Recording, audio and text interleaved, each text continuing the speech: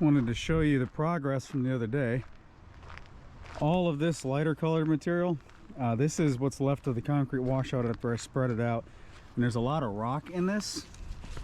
Oh, dogs, puppies. There's a lot of rock in here. So we've got a lot of aggregate on the surface. And then you can see my path right up here, once again, to the lean-to for my wife to park. The ditch system over here turned out great. Real quick shout out to these pups. They understand that berm, those woods over there, that's where they go potty already. They are 2 weeks and 1 month old. I'm sorry, 2 months and 1 week old. But they understand that that's the place to go potty, and I love that they understand that. You see my little wooden bridge here because this is where the ditch is to get the water out of here, and I don't know how much it is showing up on camera, but there is a pretty decent slope into here from both sides, and it's a pretty deep enough ditch to where I don't think it'll gum up and flatten out anytime soon. On this side, the ditch kind of terminates right up here where I have the tractor parked, and on this direction you can get a better idea of the ground slope. I think so anyway. Maybe if I go low you can see. So the whole pad from up here, all of this slopes this way. I've got one little spot right there in the middle of this outside corner that I think I need to knock some more of this off, but I'm waiting for this rain to actually tell me what all I need to have done. But we're starting to get some flowing shapes for how we're going to interact with this space. So let me come over here and show you what I'm thinking of as far as the driveway layout at the end of the driveway. Well, the driveway layout at the end of the driveway. This is, I guess, the end of the driveway, and this turns into the parking area, I guess. So anyway, nice solid base right here. All of this has always been good. I just put a little bit more material on. Now I'm going to line up in line with the driveway just to give you some line of sight to look at, right? So we're straight with the driveway, and if I turn around, that straight continues this way. Well, the house is going to be over there, so what we decided is right about where I'm standing, the driveway is going to twist a little bit to right there, and I want this driveway to be staring down the front door of the house. Right there's your visual right here. This will continuously change and flow and evolve as I'm working out here, but when you come up to this point, I want your attention to be dead center on the house. So we continue this driveway this way. Excuse me, my sinuses are a mess today. Continue it this way, and then you see the driveway kind of goes off to this way. We still have to get more gravel, of course, but it goes off to this way to where we'll have 2 parking spots over here next to that door. So eventually, one of the plans is down the road, whenever, maybe financially speaking, do that same lean-to over there, over here, and then we'll have a covered parking on this side, and then where that door is right there, I want to put a doggy door in there, so that way the dogs use the entire shop essentially as a dog house. But if we got to go somewhere, they can let themselves out through the dog door. They already let themselves out through the big door, which is fantastic. So anyway, they come out here, and then on this side of that door right there, we'll have a fence, and I'll fence in however long this way I want to go. I'm not too sure. Up to the corner of the shop that way, and then back to the shop. So they have some eventual grassy area that they can get out in when we're gone. Otherwise, these dogs walk around with us 24/7, which is awesome. Hey dogs. Nolly. Yeah, Mr. Nolly, you know your name. Big old hunkalunka. Grace. Grace. Grace. Are you distracted, Grace? She is going to be much smaller than him. Actually, I should say he is going to be much smaller than her, much larger than her. Males of this breed, I think, are about 20 pounds heavier, so 60 to 80 pounds, and then 40 to 60 for her. He is just a big old lovey-dovey teddy bear. You walk up to him and he lays on his back, says, pet my belly. She, on the other hand, is smart. We're already learning to fetch. We're already learning to sit and stay. He's smart too, but he's like he's very distracted as he eats a leaf. Update over here, I still have to build this up. As you can see, we still have the side of the foundation exposed, and it's really exposed over there. It still goes down a good, I don't know, 8 to 10 inches below the sand right here for the footer, so I need to get that, but it's not like a super urgency situation where I got to get this buttoned up. I've just finally got to a position where we can park over here without sinking in, so I'm going to see if I can't get a dump truck back here. It's going to sink in right here, so maybe if I can get them on that side to drop 4 or 5 loads of sand over here, and then I'll use that sand to flatten this up, and then around that back side as well. But we're still battling water. I'm trying to get the water out of here, and that's the main thing. I think I did a pretty good job on all this area over here. This flows into the ditch on that side, and it flows into the ditch right there, the ditch that starts right there and goes to the side of the driveway. So I'm not too concerned about this. I may have to push this over a little bit this way and then drag that ditch back up to here. I'll probably end up doing that regardless. I got to get that done. Got to get a lot of gravel in here to top this off. I think this washout, like I said, is a really good material to work with. This is still wet. Like it's really light colored tan when it's dry, so it's still wet, and it doesn't ball up the bottom of my foot. Yeah, my shoe's a little dirty, but it doesn't ball it up like it does on that brown mud over there. So I'm happy with the way this is turning out. This is a soft spot that, I mean, I could just dig this out and refill it with new material, or I could pack in these harder boulder rocks that were in part of the washout. I still have a few of them over there I can pull from and pile in the soft spot. So I think we're at a point now to where shaping is done, and we start to develop ruts or soft spots. I'm just going to fill them. Just going to keep filling them and fill them and fill them and fill them and fill them with as big of rock as I can find. There's another 1 or 2 big rocks I can pull out. This area over here, I couldn't do much with it because it's still wet, but I did dig a ditch in the middle of that, and hopefully that gets a lot of the water facilitated out of here. All that water going that way, that'd be great.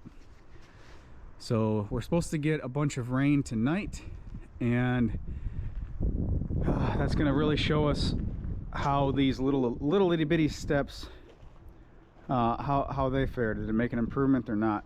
Still have a lot of dips and valleys in here, so we're going to be holding water, but as long as I can get the majority of it out of here, I can tinker with this as it starts to warm up.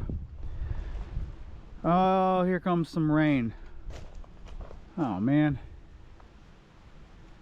All right, well, with that being said, oh crap, let's walk inside and I'll show you what we've done in here. I built this workbench for my daughter last year, I think, and as soon as we got it set up here in the shop, wood is in the vise and she's making sawdust.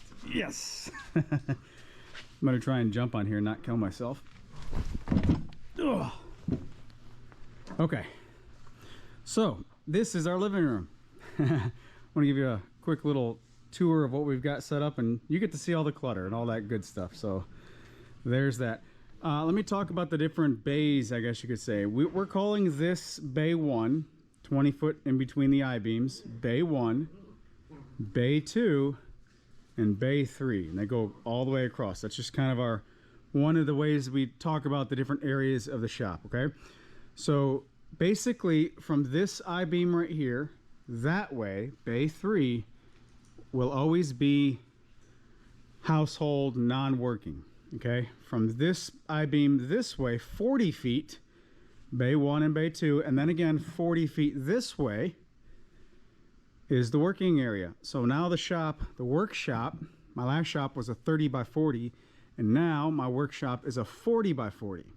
Right now, obviously the camper is not moved yet, so it's sticking off into the work area a little bit, but in a few months when the weather warms up, this is going back outside, and we're going to turn this section into our home until we build a house. And the way we're going to do that is we're going to divide this 20 by 40 section, this zone, I'm sorry, this bay, into 3 zones. So bear with me here. This is 20 feet from here to the corner. So this 20-foot square, essentially, that 20-foot square is going to be 2 stories. We're going to build the loft in this corner. Now, I've changed my mind on the loft so many different times. It's just one of those things that as you think about it more, as you interact with the space more, it adapts to the space and adapts to the current situation more so than the initial plan, right? So it's going to continuously change, but this is the way that it is right now. A 20-foot by 20-foot loft, second story, will be a bunkhouse and a bathroom. So what I'm picturing is 4 bunk beds, maybe 4, 3 to 4 bunk beds. That gives us 6 to 8 mattresses for people to sleep on. So when all my crazy family comes and visits, they will have a place to sleep. And then also for us, I basically only use the camper to sleep and use the restroom. So if I have a bed and a full restroom up there, that's fine. If you're done for the day, go up there, go take a shower, go to bed, whatever. You don't need anything else upstairs. Downstairs, in the next 20 by 20 zone, I guess you could say, zone 1 upstairs for sleeping and bathroom, zone 2 down here. In this corner will be the kitchen and dining room. So I've got a couple burners. I'm going to get a full stove set up over there. Basically a full kitchen and dining room downstairs right here. And then downstairs on this side will essentially be a 20-foot by 20-foot vaulted living room. Now the living room right here, because the vault, the 2-story, the loft will be over here, which will allow me to mount a projector and turn that into a movie screen, and we'll figure out the seating and whatnot down here. The washer and dryer is probably going to stay there. The utility sink is probably going to stay there. The office, that's my corner office right next to the electrical panel, same way it was in the last shop. That wasn't intentional, just the way it worked out. And the refrigerator is probably going to move over there into the kitchen. So when we get all this set up, it'll be a nice space. And in the future, we'll have a bunch of mattresses and beds upstairs for guests to come visit, or maybe we start doing classes here in the shop, something like that. I don't know. It opens up the doors for a lot of possibilities. And also keeping these we essentially have a 20 by 60, because we have 20 feet downstairs, 20 feet downstairs, and then 20 feet upstairs. So essentially we have a 20 by 60 living area and a 40 by 40 working area in a 40 by 60 shop. That's the plan, and that's what we're gonna roll with for a little while. Hey Nolly, Grace, quit chewing on each other. Quit being puppies. I want to show you how I'm doing the electrical. Well, first off, right off the bat, we have the dryer venting here into the space. This dryer has a really good lint catch, so we're not really throwing much lint at all this way. I haven't noticed any anyway.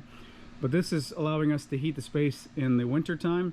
In the summertime, I will put a vent through the wall. That's no problem at all. But right now, we're going to utilize this heat.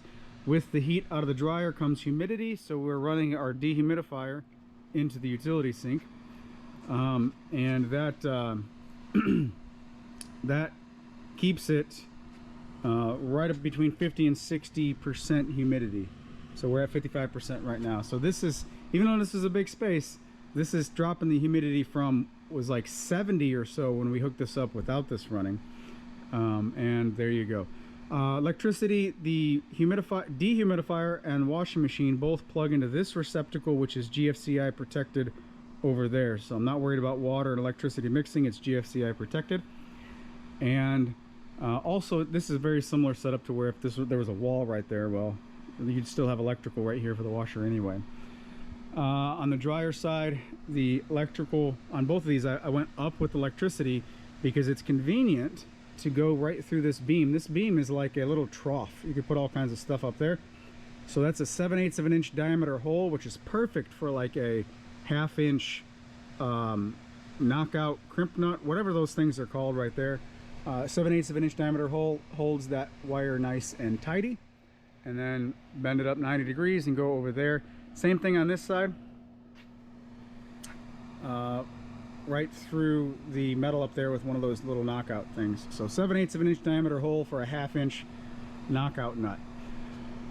These vertical 2x4s are secured to the metal through the top with a few screws, and then also I used a 48-inch wide board to space these out. That way I could take that same 48-inch wide board to the ground and anchor it, and then connect the top bottoms right there, and it's working out quite well.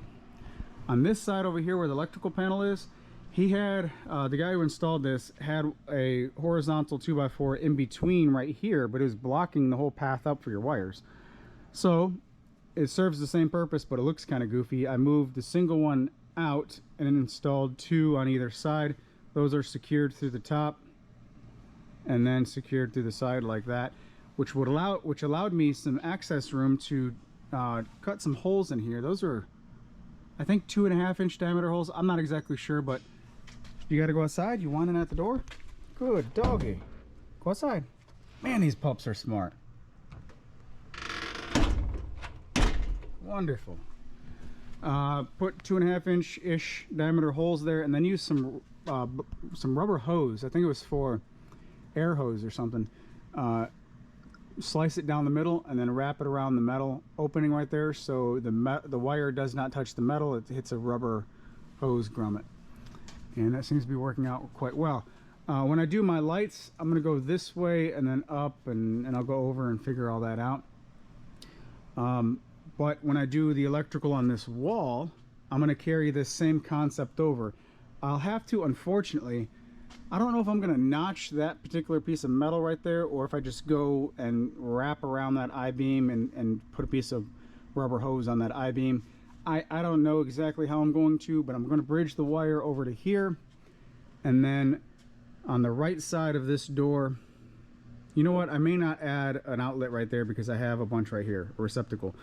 On the left side of this door is where the light switches will be, and then on the right side of this window will be a receptacle, and then the right side of that window will be a receptacle, and all 6 windows all the way down I'll have a receptacle on the right hand side, and I'll run the wires the same as I did with this one right here. So metal building, not using conduit, using Romex. And there's a lot of ways to run the wire, I'm finding, in pretty inconspicuous locations, and also, you know, done properly. Everything's going to be grounded where it should be grounded, and not touching metal where it should not be touching metal. And then, of course, everywhere there's an I-beam, I'm going to have to come out from the I-beam and then back around. I'm not going to drill through it by any means. That's a structural member. I don't want to change that. So I'll have to figure out something to cover that up, because I know that's going to bother me, seeing all these wires when I'm not going to see any wires from the rest of this. So we'll figure that out when the time comes. There's our little update on the inside of the shop. It's turning into a home first and then shop second. I updated you on the outside. I updated you on what we've got going on the inside. Let me update you on us, right? So in my 20s, I hustled like crazy to build a business while working full-time, and also paying my wife's way through college without taking on any debt. My wife was working. My wife was going to college. She was in the military. We were nonstop go, go, go, go, go. Hustle all through our 20s. We were hustling and getting stuff done, and that gets old quick. That's a quick way to just run yourself into the ground, I've noticed. So when I was in my early 30s, my daughter was born, 2018, and when she was born, my wife and I both had that talk of like, we need to slow down. We need to slow down, not only for our sake, but for our daughter's sake. So this past year adventure was the opposite again. We got back into the hustle mode, and we're trying to get stuff done constantly, and also trying to stay active in our families and our local communities and whatnot, and just go, go, go, go, go. And we're at a point now where we're pumping the brakes. I am mentally exhausted. I really am. Physically, not so much. I can go out and do anything that I need to get done. No problem at all.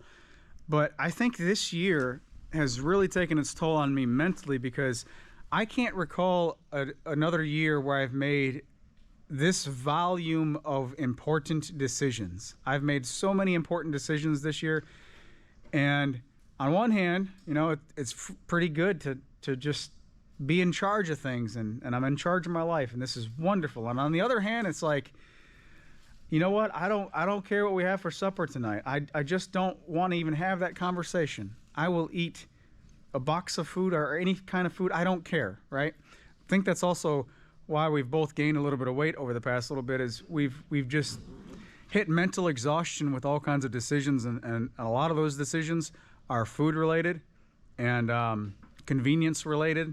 So there you go with that. But anyway, that's the long spiel of saying I'm ready to slow down again. My wife is ready to slow down again, and we're ready to keep chugging along, but like at the turtle's pace. When the lights get done, they'll get done. When electricity gets done, it'll get done. When all this stuff gets done, it'll get done. So long as I'm up and moving and doing stuff every day and being productive, that's good enough for me. And watching these dogs grow. These dogs are a hoot. These dogs are great. So yeah, I don't know when I'm gonna get the electricity done. I need a forklift before I can do that. I don't know when I'm gonna get the shop set up. I need a forklift and the lights to be done before I can get the shop set up. I don't know when I'm gonna do the dust collection, but I know it'll be after the lights are done and before the shop is set up. I don't know when the loft is gonna start, but I know that's gonna be after warm weather is back at our doorstep. I don't know when a lot of stuff is gonna happen, and I'm okay with that. I'm really, really okay with that. Today's January 7th. And the pups, this is their second time out to the creek. They are, let's see, they're 9 weeks old, maybe 10 weeks old. And they're bigger, well, she's Grace, the female. She's gonna be slightly smaller than the male. Oh, I've got a zoom lens on here, sorry y'all. Mr. Nolly right here needs to learn to not jump on people. Get down, sir. But he's going to be bigger than Grace. And Mr. Nolly is already bigger than old man Scooter. They're going to be some big dogs.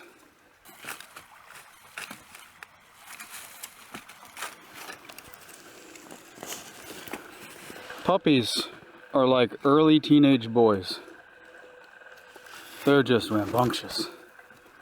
Holy cow. I didn't realize how rambunctious they are. Grace, what you doing up there, girl? You having fun? Big ol' hunka lunka. He's so much bigger than his sister already. He's gonna be a real big dog.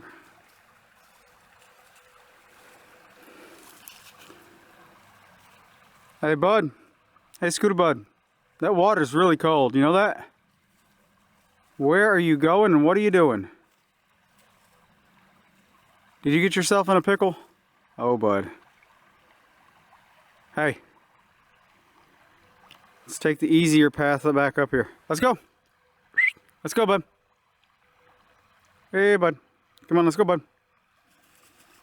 Oh. Oh, that was the call. They're already starting to listen. Let's go back up the hill.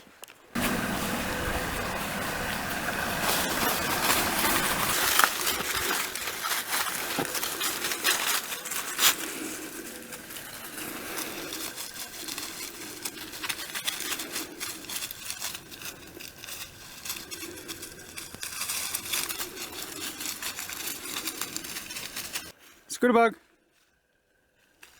What you doing, bud? Just exploring, I suppose. That hardwood tree right there leaning in the camera, it wasn't leaning that much when I noticed it was leaning. And it looks like those roots are starting to give way down there. So this big hardwood is coming down soon. Mentally noted where the first hardwood source will be on the property. She's coming down. Alright, this is probably going to be hard to convey on camera, especially with this 35mm lens. It's a 35mm lens on a crop sensor, so it's zoomed in quite a bit and I can't change the zoom. Anyway, the trail comes through here and goes back to behind me over there. So that's roughly 180 degrees. due this way, which is, I think, west. Hard to show up on camera, but there's a big gully over there. And there's a big gully that starts right at that darker area right there, going that way. And this is something I didn't know was here while there was a lot of vegetation. It's a land bridge into that area over there.